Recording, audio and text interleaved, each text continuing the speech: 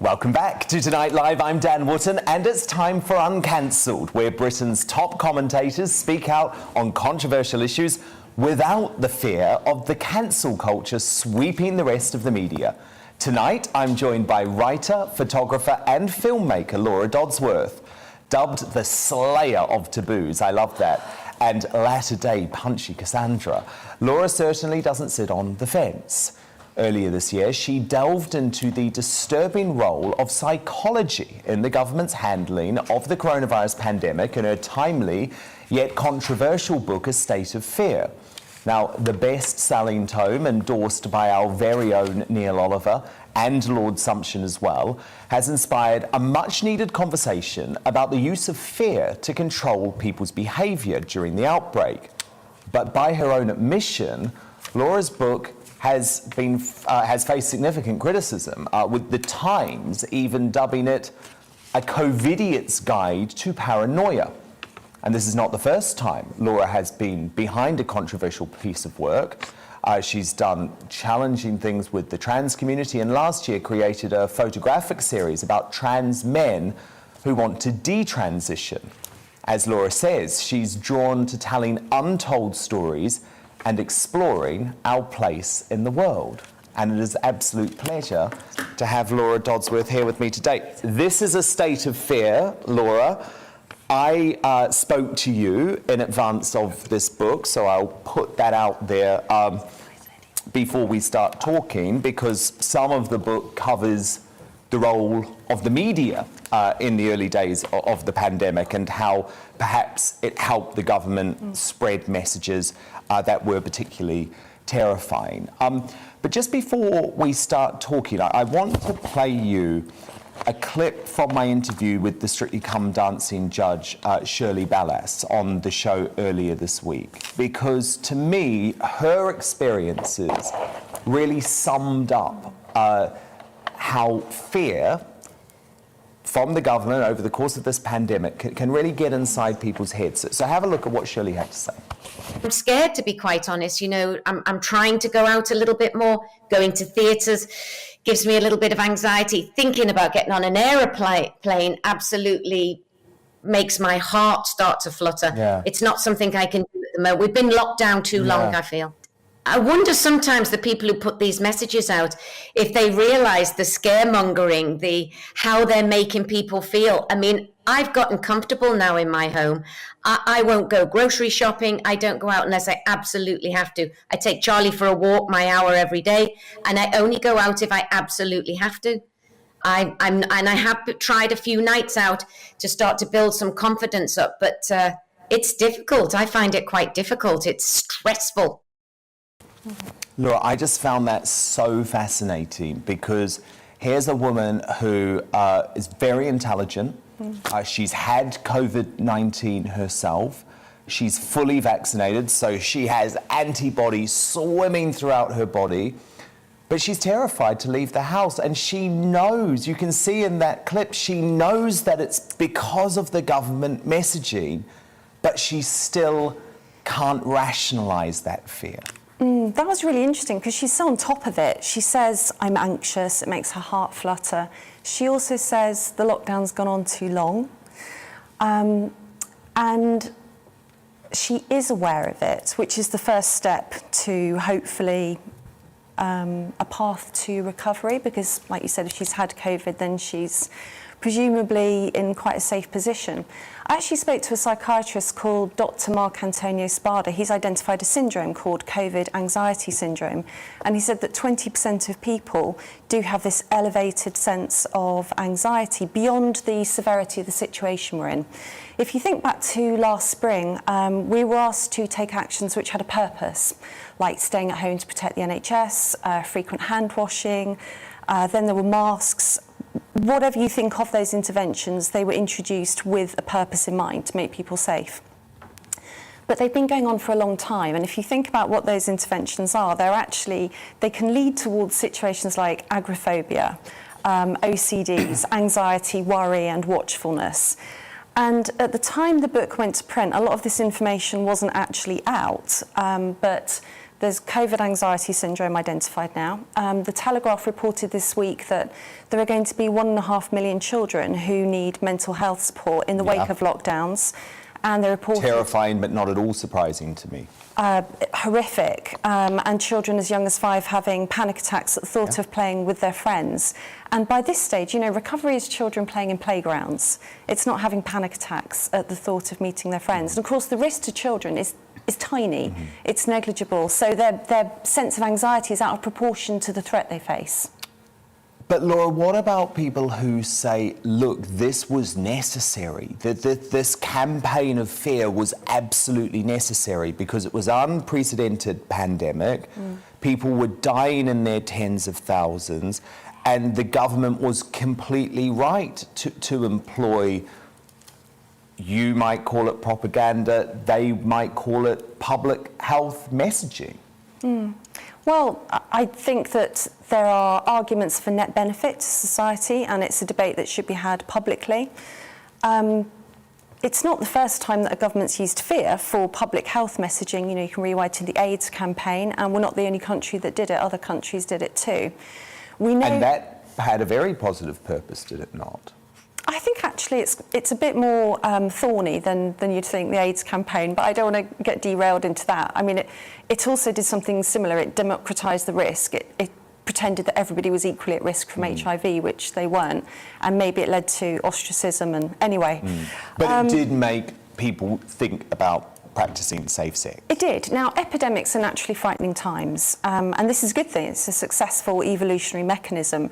It's completely understandable, normal and right to be frightened of illness, infection and death. The problem is when fear is not calibrated to the threat or when it's manipulated. Now, you could say that it's acceptable to make people more frightened to follow the lockdown rules, and this is one of the tenets of the book, because a very extraordinary document was released to the British public, the minutes of a meeting of the Scientific Pandemic Influenza Group on Behaviour. So that's a group of behavioural scientists and social scientists that feed into SAGE, which advises the government, dated 22nd of March, which said that people's sense of threat needed to be elevated because some people were too complacent because they understood that there wasn't a great risk in their age category. You see, really early on in the epidemic, we did understand that COVID was very age stratified. And so there was this decision taken to frighten us. Yeah. Now, you can argue there's a net benefit, but I think it's really important to look at all the different tactics that were used, who was behind them, and what impact they've had. The Advertising Standards Authority, for instance, codifies against the use of frightening advertising. It's not acceptable to have advertising which is excessively frightening unless it can be justified. And some of the government's advertising was probably flagrantly in breach of that code, and some ads were actually withdrawn because they couldn't be substantiated. Some of the advertising had a really horror film style quality to it, and it also put forward the idea that the risk was equally great for everybody. I remember one ad of teenage boys sitting in a park and the strapline was "COVID kills." Well, it hasn't really killed many teenage boys. And another ad... certainly not sitting in a park. No, and one ad that really got me was one that said, "Don't let a coffee cost lives." And actually... I remember. I mean, I thought that campaign, that whole campaign was absolutely vile. Well, I definitely went for cups of coffee with friends, and actually, for some people, that was quite a lifeline in bleak, midwinter lockdown that went on forever. And also...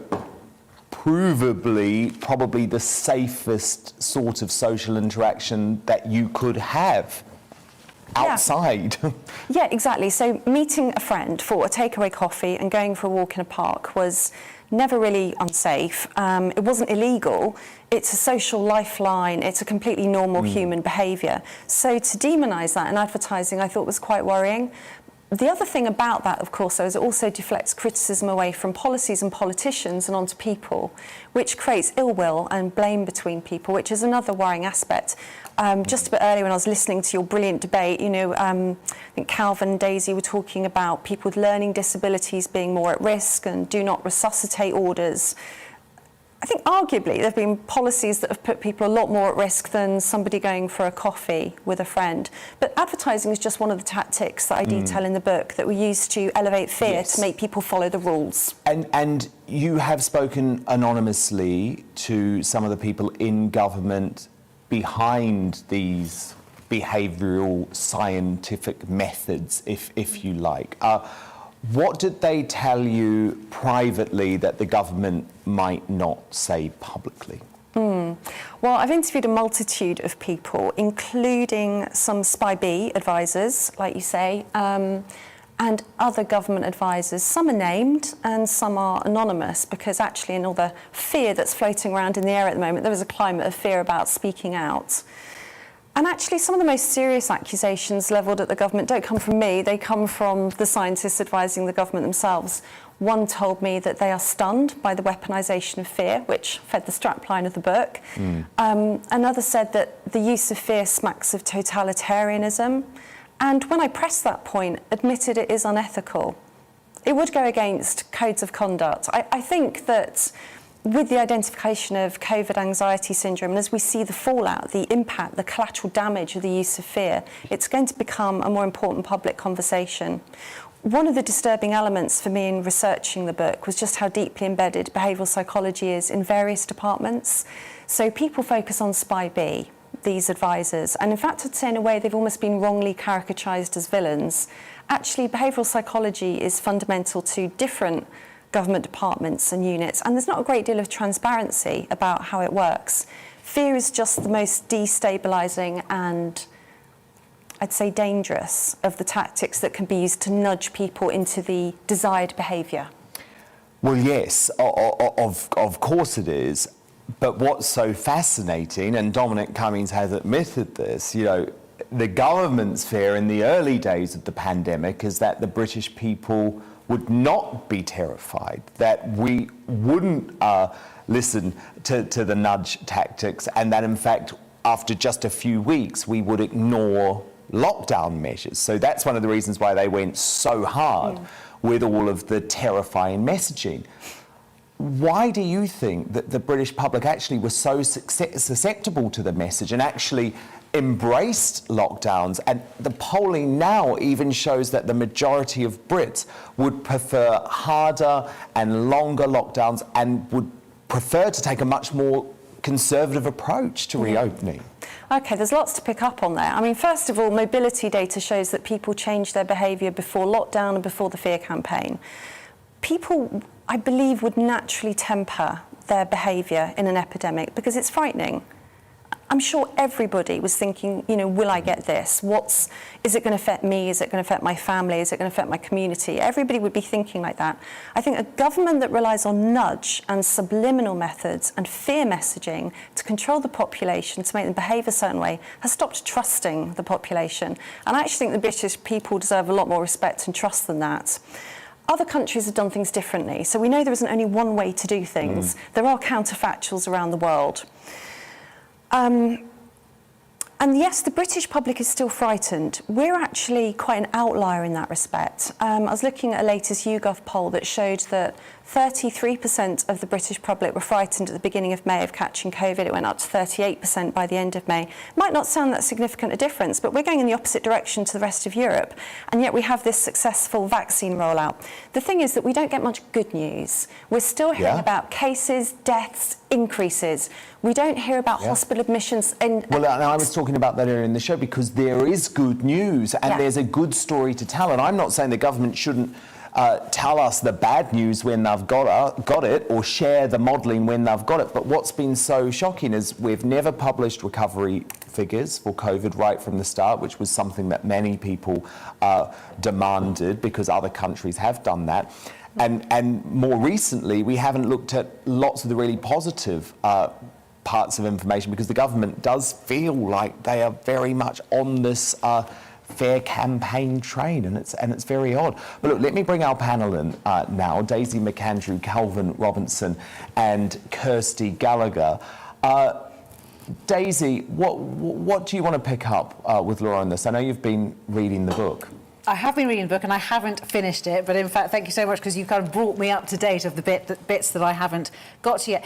There was one bit at the beginning where you were talking about the press conference, the big press conference. We can all remember where we were when we heard it, when Boris Johnson announced the first lockdown. It was such a dramatic moment.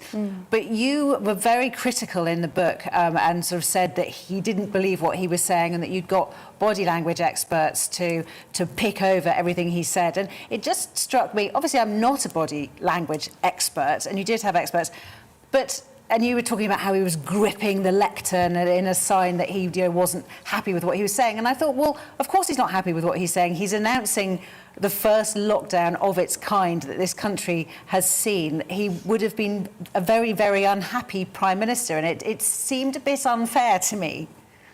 Well, there's a fair points, and actually they're points that the body language experts I consulted also brought up, that his discomfort and the incongruence between his body language and his words could be that he's somebody who likes being liked, and you're not going to be liked when you announce a lockdown.